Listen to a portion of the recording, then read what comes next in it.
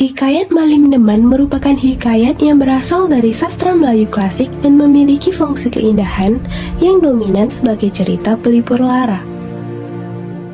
Hikayat Malim Deman tersebar di seluruh kawasan Nusantara dan hidup dalam kesusastraan Melayu sampai saat ini. Hiduplah seorang pemuda yatim piatu pada zaman dahulu kala. Malim Deman namanya. Dia pemuda yang sangat rajin, giat bekerja, dan baik budinya. Setiap hari, dia mengerjakan sawah dan ladang milik ibunya yang berada di pinggir hutan. Di sekitar sawah milik Ibu Malim Deman, tinggal seorang janda tua Mande Rubiah namanya. Malim Deman sangat akrab dengan janda tua itu. Bahkan Mande Rubiah telah menganggap Malim Deman sebagai anaknya sendiri. Pada suatu hari, Malim Deman kembali menjaga tanaman padinya. Dia hanya seorang diri di tengah sawah. Dia merasa sangat haus. Malim Deman segera ke pondok Mande Rubiah untuk meminta air minum. Belum juga sampai, Malim Deman mendengar suara beberapa perempuan di belakang pondok Mande Rubiah. Dengan berjalan berjingkat-jingkat, Malim Deman segera menuju sumber suara yang sangat mencurigakan tersebut. Terperanjatlah Malim Deman ketika melihat 7 bidadari tengah mandi di kolam yang terletak di belakang pondok Mande Rubiah. Malim Deman sangat terpesona melihat kecantikan 7 bidadari itu.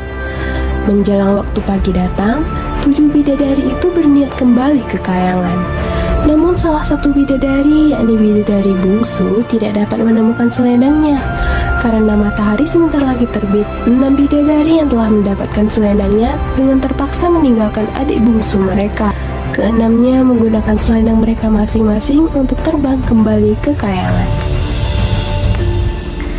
Sepeninggalan kakak-kakaknya, si bungsu menangis. Dia ketakutan untuk tinggal di bumi. Malim Deman lantas mendekati dan menghibur si bidadari bungsu. Malim Deman kemudian mengajak bidadari itu ke rumah Mande Rubiah. Dengan hati gembira, Mande Rubiah menerima bidadari bernama Putri Bungsu itu dan mengakuinya sebagai anak. Sejak saat itu, Malim Deman kian rajin berkunjung ke rumah Mande Rubiah untuk menemui putri bungsunya. Malim Deman dan putri bungsu tampaknya saling jatuh cinta. Keduanya lantas menikah. Tidak berapa lama, mereka dikaruniai seorang anak laki-laki. Seiring berjalannya waktu, Malim Deman banyak melakukan kebiasaan yang buruk. Hal itu menjadikan putri bungsu sangat bersedih melihat perangai buruk suaminya. Dia kadang menangis sendiri meratapi nasibnya. Semakin lama rasa itu semakin besar hingga pada suatu saat dia menemukan selendang miliknya di rumah ibunya. Dia berpura-pura hendak mengubur selendang itu. Seketika dia membawa selendang itu ke rumahnya. Putri bungsu kemudian menemui Bojang Karim, pegawai Malim Deman.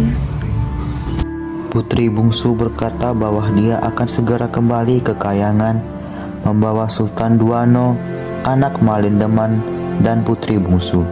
Malim Deman akhirnya panik dan harus kehilangan keluarga kecintaannya dengan penuh penyesalan.